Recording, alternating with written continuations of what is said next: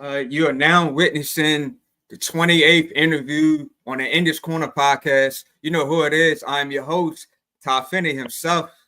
In the building with me, I got a very special guest. Ladies and gentlemen, please welcome professional heavyweight boxer Colby Madison. Colby, what's going on? I'm doing all right, man. How you feeling today, man? Feeling good.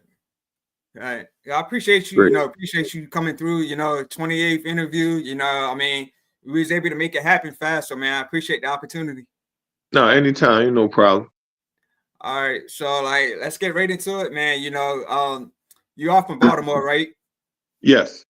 All right, so Baltimore can be, that could be a rough place to grow up in. So tell us about your upbringing and how you got involved in the sport of boxing. I mean, upbringing was a little rough, man. All right, Definitely miss some meals, share the same clothes, but I mean, of course, it grinded up to get better. I first started boxing was Brother Lou. He said he walked up on me and said he can make me a heavyweight champion. I laughed it off. I ain't paying no mind. And I know he helped train Rockman and them. He used to be at the Mac Lords. I mean, not the Mac Lords, Upton Boxing Gym. okay. And I ain't paying no mind. And at like a couple months, I went and walked in the gym and got in shape. And I remember when I first sparred, I wasn't even planning on sparring. They just told me, hey, we want you to get in the ring with the guy. And of course, not me not having my skill level up that good yet. So of course I burnt down in like 1 minute, but then I hit him. And when I hit him, he was hurt. And it felt great, man. I ain't never stopped since then. Wow. Once you first got in the gym, it was just nonstop for you from that point. Yes. Yeah, it was working out. I thought about boxing, but I didn't think about being this far. Gotcha. Okay. I mean, of course I wanted it when I got in there, but I'm just saying, when I first was training, I say, man, this hard work, man. The heat in the gym, nonstop. You don't know when the workout over. Right. I'm like, man, I played basketball my whole life, so I thought that was hard till I started boxing. Gotcha. And it's just a different breed. Yeah, for sure. Did you have a lot of amateur fights? No, I only had a little over 10. I got most of them at the Olympic trials. Okay. Yeah, and which was good because I went all the way to the finals in the Olympic trials in Memphis. Okay. Cool. But it was kind of hard to get a lot of amateur fights back then because I was getting trained. Of course, Calvin was training me, and also Dave was training me, Dave Sewell. So a lot of times heavyweights didn't really want to fight. I had about 4 knockouts in a row, and whenever we went somewhere, they were like, "Oh, we ain't gonna let the heavyweight fight," or it wasn't no heavyweights there. Right. So it was moving a little slow. So I started working because I needed some money in my pocket. Facts. And it just kind of went in between with that. Gotcha. Okay, so yeah, I know you are signed. I believe my 7th interview was with Travis Kaufman. You are signed to his father, Marshall Kaufman. Tell us how that came about. How'd you get signed with Marshall Kaufman, King's Promotions? So Calvin Ford, my trainer, him and Marshall was cool. So he called Marshall about me, and then Marshall, he let me fight on a card down in Crystal City inside Virginia. And he got me, he got the opponent. I knocked him out in the first round. I think it probably lasted 45 seconds. I remember it was so fast that a lot of my family was running behind. I had already changed my clothes when they was walking in the door. And I stayed in contact with Marshall and his nephew. His nephew passed away some years ago, and he was a really good guy. And they signed me to a 5-year contract. I extended it and he more than a promoter, man. Marshall a friend, man. I got a lot of love and respect for Marshall Kaufman and his son, and his wife and his brother. So I really got a lot of respect and love for Marshall Kaufman. All right, and I see Travis Kaufman. He's trying to make a comeback. Will you be assisting him with sparring, training, anything like that? So starting this week, I'm gonna start riding up there twice a week. Probably do a Tuesday and a Thursday. Okay. because he got a lot of knowledge. So he training too though. So I'm gonna Okay. work with Travis Okay. and train with Travis and then spar whenever you're ready with him as well. So like, have you like you done a lot of sparring with him in the past and training with Yeah, him in the past? Okay, what's yeah. that like? What's that experience like? I know Man, he's been in it there was with. great, man. It was Okay, great. Like, okay, okay. yeah, All because right. he got a lot of knowledge and he do more like teaching while we sparring as well. Like, sometimes when you spar a person, like you don't talk to afterwards. Okay. So he'd give me little pointers like on the little 30-second break. Cause he Uh, might catch you with something. And he's like, gotcha. listen, this is the reason why I keep catching you with it. So like I can pick up stuff. So he not just trying to get off on me because he got a lot of knowledge. Gotcha. That makes Like sense. he actually taught me how to relax in the ring. Be like, man, you throwing your punches too quick, man. Like you connecting, but you ain't gonna have no energy left. Like you're not gonna be able to get all of them through. Like, Gotcha. like he taught me how to set up shots. Like I learned a lot from Travis Spawn with him. That's what's up, man. That's what's up. Yeah, I like that for sure. All right, so you just recently had a fight out there in Philly. You had a draw. From what I see, you went down. Your opponent went down. Like tell us about the fight, man. You told me the last fight, it kind of broke up. Yeah, so your last fight out in Philly, yeah, like it was a draw. Like tell Yeah. us tell us about it. So Yeah. I knew that he was going to be a good opponent, but Okay. I definitely know I won. Like even some of them Okay. cards that Right. people judged, it was 57, 55 me. Okay. But I knew going in Philly, even though I'm signed with Marshall, I got to put on a great performance or I need to stop somebody. Mm, Especially my last few fights in Philly. It just I went from Joey twice. okay. Then I went for Ali. Like, of course, they Philly favorites. Okay. So a lot of stuff that I didn't do at the beginning, like because when you spawn, you're not really used to a lot of heavyweights moving that much. So Okay. the people that I was spawn with, of course, they 250, 260, 6'4", because it's hard for me to get somebody that's 5'10", Right. Right. Gotcha. 6'2". So it kind of threw me off how much he was moving, Okay. more like agitating in my brain, and then I had to reset and get focused. Okay. So I called myself trying to counter him because I felt as though I was faster than him. But he had a little sneaky overhand that came out when I was trying to set him up for the uppercut because I noticed that my uppercut was working when I was slipping, but I was able to recover, man. Sort of like the uppercut when Anthony Joshua got caught by Dubose. Okay. But he caught me. I got up, shook it off, and of course, man, I won the rest. I even dominated the rest of that round. Okay. But when I dropped him in the last round, I had a little bit of energy left, but I didn't have a whole lot of energy left to like try to finish him. Gotcha. Because he moved a lot, but I mean, I can't get that. That was part of that game plan. Gotcha. All right, so like I know you since you've been fighting out there in Philly, like since it was a draw, I see that he had all wins until he fought you, so he got a draw. So that speaks on your toughness. So like, Right. but since it was a draw, do you wanna like try to run that back, or are you Yeah, gonna try to like go in a different direction? I definitely want to run it back. Okay, so I that definitely, because I want that. okay, so like since you said it was in Philly, like are you trying to fight? Are you trying to fight him like No, out of it Philly? can be in Philly again because like I Okay, love Philly. Like majority of all my fights in Philly. Like I'm okay, not blaming the Philly. I just know that I just gonna need more crowd. But I don't even need more crowd. Like I know what I gotta do to dominate this time. gotcha, Like gotcha. I love Philly, man. Like that's majority of all my fights is Philly. Okay, all right. All right, so that leads me to this. So you fought, like you said, you just mentioned you fought Joey DeVica twice. You fought the guy Gurgen out there, like Yeah. Washington.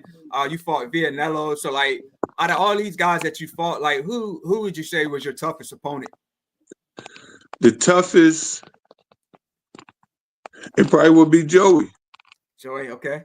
Because like most of them other guys, like man, when I hit them and test them, like I knew that they would get back up off me and I could breathe or do something like that. So what I learned is moving in my career that when I got a person hurt, I gotta know it and get them out of there. Cause I had Gergen hurt, Okay. but I didn't notice it till later.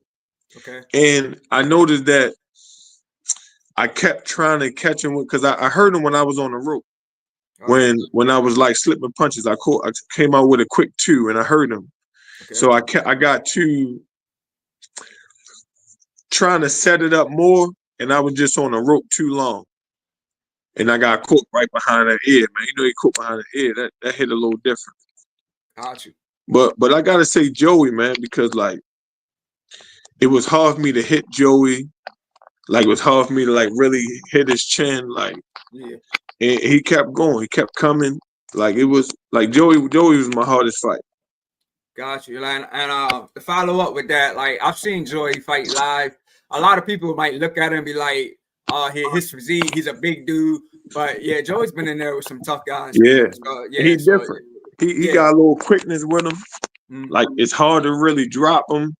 Mm-hmm. Like he told me he was in shape when he fought me. Okay. Like you said, he really trained. He really trained for that fight. Yeah. Yeah. So And when I fought Vanello, like that was a back of the head shot. Like I felt as though if I was on the A side, they would have gave me the 5 minutes. Because I told the ref, like I don't know if you ever could go back. I'm pointing to the back of the head to the ref. Okay. Like, man, look, man, that was a back of the head shot. Like I even told Vanilla when it's a little different because he's a different country. Right. I told him in the back. I said, man, you know, you hit me in the back of the head, man. It wasn't a legal shot. Right. But Right. just something that I learned moving forward. Got you. All right. So that leads me to this. You know, I just see that Joey DeVico, he just had like a first bare knuckle fight out there in Philly. Like if the offer like ever came to you across the table, like would you ever participate in like bare knuckle MMA, UFC? If the offer ever came? Okay. I would do it. Okay. Cool. Maybe not the MMA because it take a little much with. I ain't got no work with my legs, but the bare knuckle, I would do that. All right. So, you know, I went out there, you know, to the December 14th card out there, Patasko Arena. Like you said, you were supposed to be on that card, correct? Yes. Yeah, but you said sometimes like, you know, injuries and stuff like that happens, right? Yes. Yeah, so let me ask you this. So like I know that can be frustrating, like when you got a fight lined up, but a fighter pulls out or you get hurt. Like, so what drives you to actually keep going when you have a setback like that? Man, because like it happened before, like a couple times I posted for it. So, but I know it can happen. So what I learned is, well, I don't have that problem with Marshall. Okay. And I don't have a problem with James. Like James, my guy. So like one thing that helped me keep moving because if I have any opponent problems at all, Marshall gonna find me a guy to replace. It might don't be the person I want to fight or the person I was training for. Okay. But I'm gonna have somebody to fight me on that day. Got you. So yes, okay. So basically, like if something was out, your promoter will get you right back on track and find you a replacement opponent just like that. That's what's up, man. Yeah. Salute. Like the rounds might change because when I fought Ali, I really supposed to fought Michael Coffey. Okay. But it changed the last minute, so it supposed to be an 8-round fight for a title. So then it changed with the Ali. So I'm assuming that when if we get that rematch, it'll go back to 8 rounds. Okay. Because I'm really trying to get back to 10. Because that's when, like 10 rounds, 12 rounds, that's when I'm trying to get a good fight that I can change my life with. Got you. All right. Like, so I know you like in a relationship. You're like, so how do you balance like relationship and like boxing? Like, does your lady does she hate when you're always out, you know, training and always out traveling for the fights? Or like how do you balance like boxing and being in a relationship? Like at times it's a little rough, but she didn't got good at it, and she traveled with me. So like even when I'm in camp, when I was in camp in Canada, she flew down on the weekends. Wow. So do something like that. Like she be at the fights. Okay. So like she understand. And then so at that fight, I give her that week or two. Whereas I'm still in the gym, but I ain't training like I was. Gotcha. So like she understands. Gotcha. So that's good. That's good that you got good support. You know, that's behind you. So salute, man. Yeah, thank you. Yeah. All right, so I got a comment. My guy Ryan Hanley, he's a fan of the show. Like he said he was out there. He actually lives out there in Washington. He said, "Respect to you, man." He said he saw you fight in Tacoma against Gurgen. Yeah, man. Tell him I said thank you, man. Like that, I like Seattle. It was my first time being there. Okay.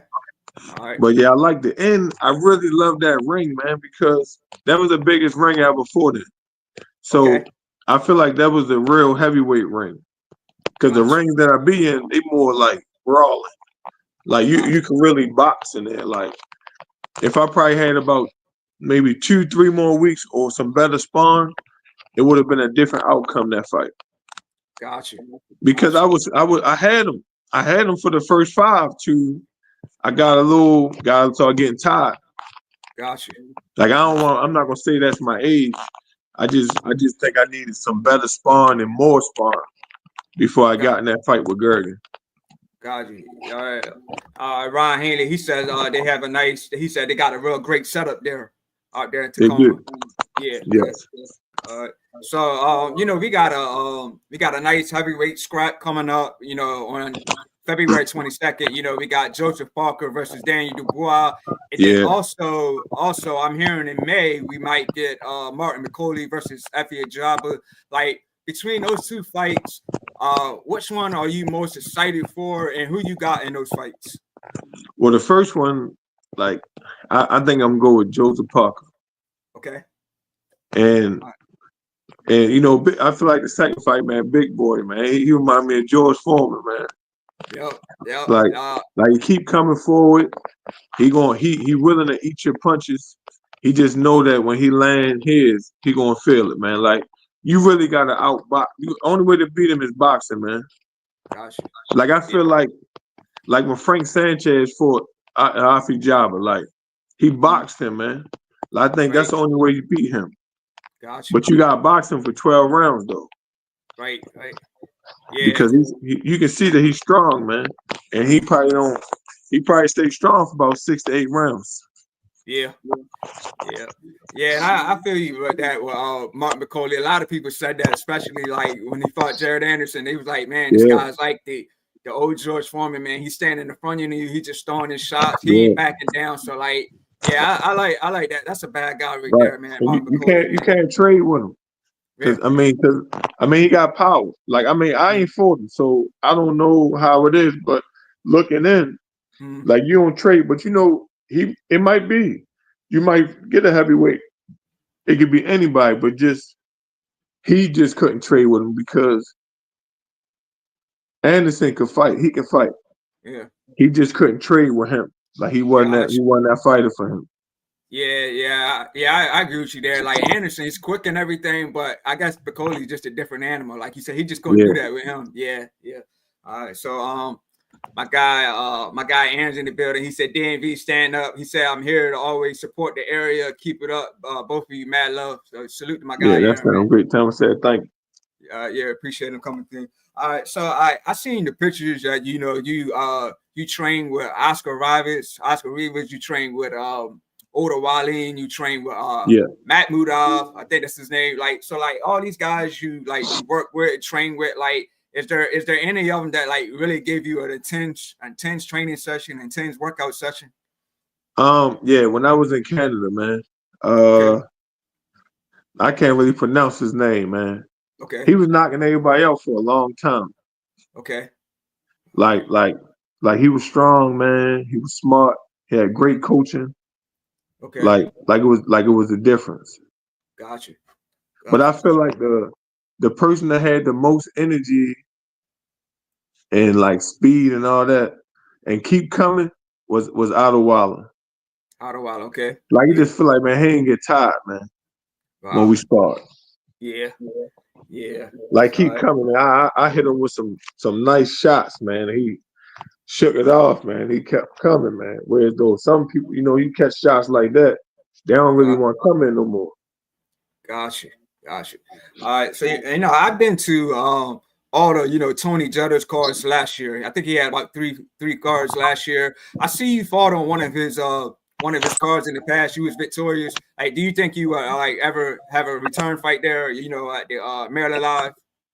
Yeah, I would love Hanover. to fight at Maryland. I like fighting there as well, and I like Tony Jeter, and I like his wife Kristen Jeter. So I definitely wouldn't mind fighting there. Yeah, so yeah, like I said, I've been there. I've been there to all three of his cards last year. And my guy Aaron, that was just in the comment section, he rode out there with me. So yeah, like I like his setup there as well. So yeah, I like it there.